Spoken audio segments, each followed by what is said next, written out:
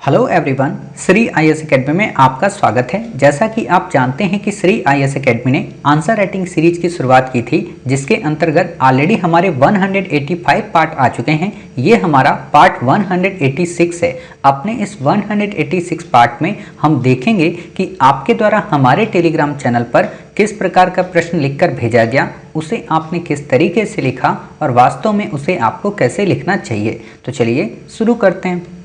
जैसा कि आप देख रहे हैं, ये प्रश्न आपके द्वारा हमारे टेलीग्राम चैनल पर भेजा गया है। तो सबसे पहले हम इस प्रश्न को पढ़ेंगे, फिर इसके उत्तर को पढ़ेंगे और देखेंगे कि वास्तव में इसे आपने कैसे लिखा है और आपको इसे कैसे लिखना चाहिए था और किन किन बिंदुओं को इसमें शामिल करने की आवश्यकता है। तो सबसे पहले हम आपके प्रश्न को पढ़ते हैं। जैसा कि आपका प्रश्न है कि लगभग 7वीं शताब्दी ईसा पूर्व से 30वीं शताब्दी ईसा पूर्व तक आर्थिक समृद्धि, नगरीकरण एवं राज्य गठन के बीच संबंधों का परीक्षण कीजिए। काफ़ी अच्छा प्रश्न है और काफ़ी सरल प्रश्न है। आपने इसका उत्तर लिखा है ईसा पूर्व 7वीं शताब्दी से 30वीं शताब्दी ईसा पूर्व के मध्य राज्य गठन, एक मिनट, हाँ, राज्य गठन कौन कौन सा था यहाँ पे? महाजनपद काल, प्रथम द्वितीय नगरीकरण, मौर्य साम्राज्य, ईसा पूर्व 321 से 184 ईसा पूर्व। फिर आपने यहाँ पे लिखा है एक चीज़ कि हर्यक वंश, नंद वंश, शिशुनाग वंश, ठीक है। आर्थिक समृद्धि आपने हेडिंग डाला, नगरीकरण हेडिंग डाला, राज्य गठन डाला।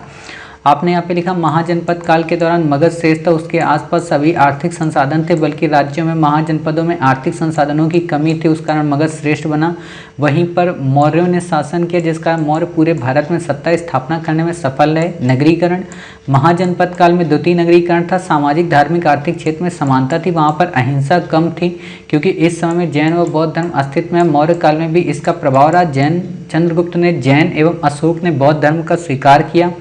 राज्य गठन, महाजनपद काल में 16 महाजनपद क्षेत्रों में हर जगह अलग अलग शासक थे, उनका मगध ने अधिकांश पर सत्ता पाई, जिसके वंशज नंद थे। नंदों को हराकर मौर्यों ने सत्ता स्थापना की, उन्होंने क्षेत्र को एक ही सम्राट के अधीन रखा, परंतु प्रांतों को राजकुमारों गवर्नरों के अधीन रखा, वहाँ केंद्रीकृत सत्ता थी।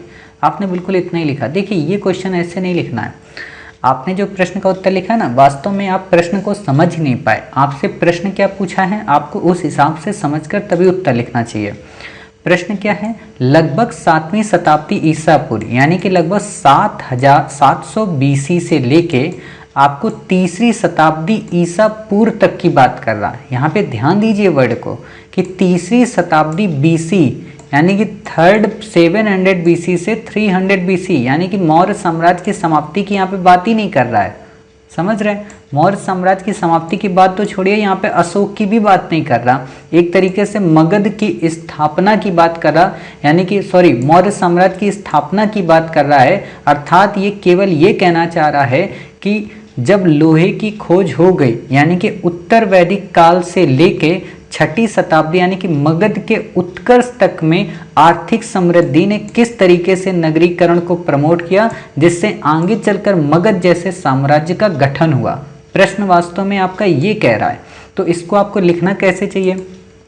सिंपल सा है कि आखिरकार आर्थिक समृद्धि आई कैसी और आर्थिक समृद्धि ने नगरीकरण को कैसे प्रमोट किया और राज्य के गठन के लिए क्या उसमें उत्तरदायी चीज़ें आई। तो आपको सिंपल सा मैं आपको पहले बता देता हूँ। हालांकि जब हम एंशिएंट इंडिया आपको पढ़ाते हैं, वहाँ पे हम डिटेल में सारी चीज़ें कवर कराते हैं, लेकिन फिर भी हम एक समरी के रूप में आपको बता देते हैं ताकि आप आगे चलकर ऐसे प्रश्न का उत्तर लिखने में सहज हो सकें। तो आपको पता होना चाहिए कि उत्तर वैदिक काल वो टाइम पीरियड है जब लोहे की खोज होनी शुरू हो जाती है। उत्तर वैदिक काल में जब लोहे की खोज की शुरुआत हो जाती है, तो वास्तव में लोहा का खोज करता क्या है? लोहे की खोज का सबसे बड़ा फायदा ये होता है कि वो भूमि को काफ़ी गहराई से जुताई में काम आता है। ठीक, यानी कि उसकी जो हल की फाल बनती है वो काफ़ी स्ट्रॉन्ग होती, जिससे भूमि को काफ़ी गहराई से जोता जा सकता है। और जो वो भूमि थी वो वास्तव में गंगा का मैदानी इलाका था। तो जब वहाँ पर हल काफ़ी गहराई से जुताई करने लगे तो कृषि की उत्पादकता में वृद्धि हुई। कृषि की उत्पादकता की वृद्धि ने वास्तव में कृषि अधिशेष को उत्पन्न किया और कृषि अधिशेष ने लोगों को कृषि के इतर काम करने को प्रेरित किया। अधिशेष का मतलब कि कृषि जो थी, एग्रीकल्चर, उसमें जो अनाज का उत्पादन होता था पहले 7 लोग मिलकर जितना अनाज उत्पादित करते थे उतना अब केवल 2 लोग मिलकर उत्पादित करने लगे। तो शेष जो 5 लोग बचे उनसे घर के मेंबर ने कहा कि एक काम करो कि आप कुछ अब दूसरा काम धंधा शुरू कर दो जिससे हमारे यहाँ पैसा और अलग अलग रिसोर्सेज से आने लगे, क्योंकि एग्रीकल्चर में अब 5 लोग लगने से क्या फ़ायदा 7 लोगों के लगने से, जब 2 लोगों से एग्रीकल्चर हो जा रही है। तो इन 5 सज्जनों ने ये कहा ठीक है साहब, आप अगर ऐसी बात कर रहे हैं तो हम छोटा सा कोई उद्योग धंधा ओपन कर लेते हैं। छोटा सा उद्योग धंधे का मतलब शिल्प उद्योग। शिल्प का मतलब जैसे हल की फाल बनाने लगे, बैलगाड़ी के पहिए बनाने लगे, ठीक ये सारे काम करने लगे, मिट्टी के बर्तन बनाने लगे। तो इस छोटे से शिल्प उद्योग ने अब केवल एक ही घर ने तो बनाया नहीं होगा, 2 घर ने बनाया होगा, तीसरे ने बनाया होगा, पूरे समुदाय ने बनाने की शुरुआत कर दी होगी। धीरे धीरे जब उस पूरी कम्युनिटी में शिल्प इंडस्ट्री प्रमोट होने लगी तो ये हुआ कि अब शिल्प के लिए बाजार ढूंढे जाएं। तो उन बाजारों की आवश्यकताओं ने इनको व्यापार वाणिज्य के लिए प्रेरित किया, और जब इन्होंने बाजार की शुरुआत कर दी तो बाजार अंता होने लगा, बाह भी होने लगा। अंता का मतलब अपने क्षेत्र को छोड़कर दूसरे क्षेत्र में करने लगे, बाह का मतलब अपने पूरे के पूरे देश को छोड़कर दूसरे देश में करने लगे। खैबर बोलन दर्रे से वो मध्य एशिया में जाकर व्यापार करने लगे।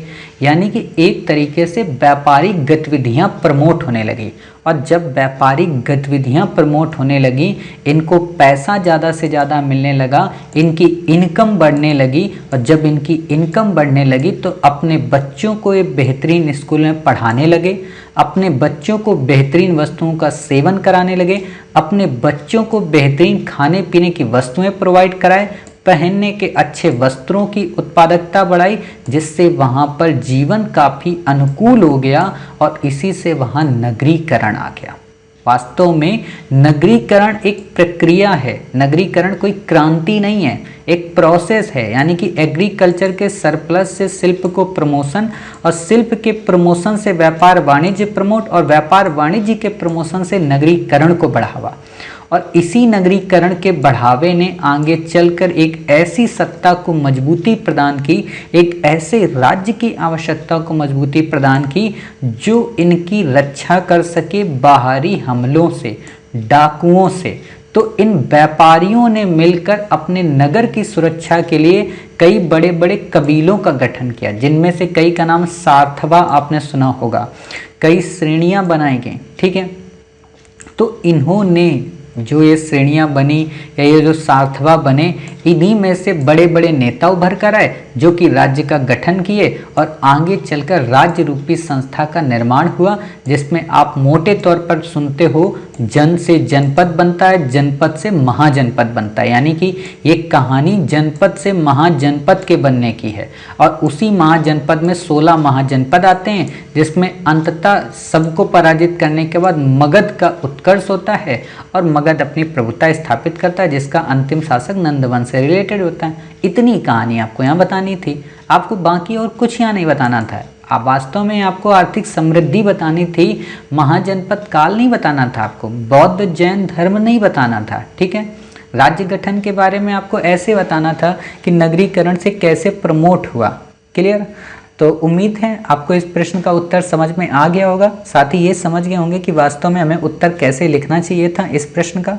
अब यहाँ पे मैं 2 से 3 चीज़ों का आपको सुझाव दूंगा। हालांकि आप पहली बार आंसर लिखे हैं तो इसलिए मैं आपको ये सुझाव ज़रूर देना चाहूँगा कि अब आप जब नेक्स्ट टाइम से आंसर लिखें, अगर आपसे संभव हो सके तो, हालांकि हम आपकी परिस्थितियों को समझ सकते हैं कि इस समय कोरोना का टाइम पीरियड चल रहा है, लेकिन हम ये भी समझ सकते हैं कि आप जहाँ पर भी होंगे, अगर आंसर राइटिंग कर रहे होंगे तो आपके पास कॉपी यूपीएससी की ज़रूर होगी।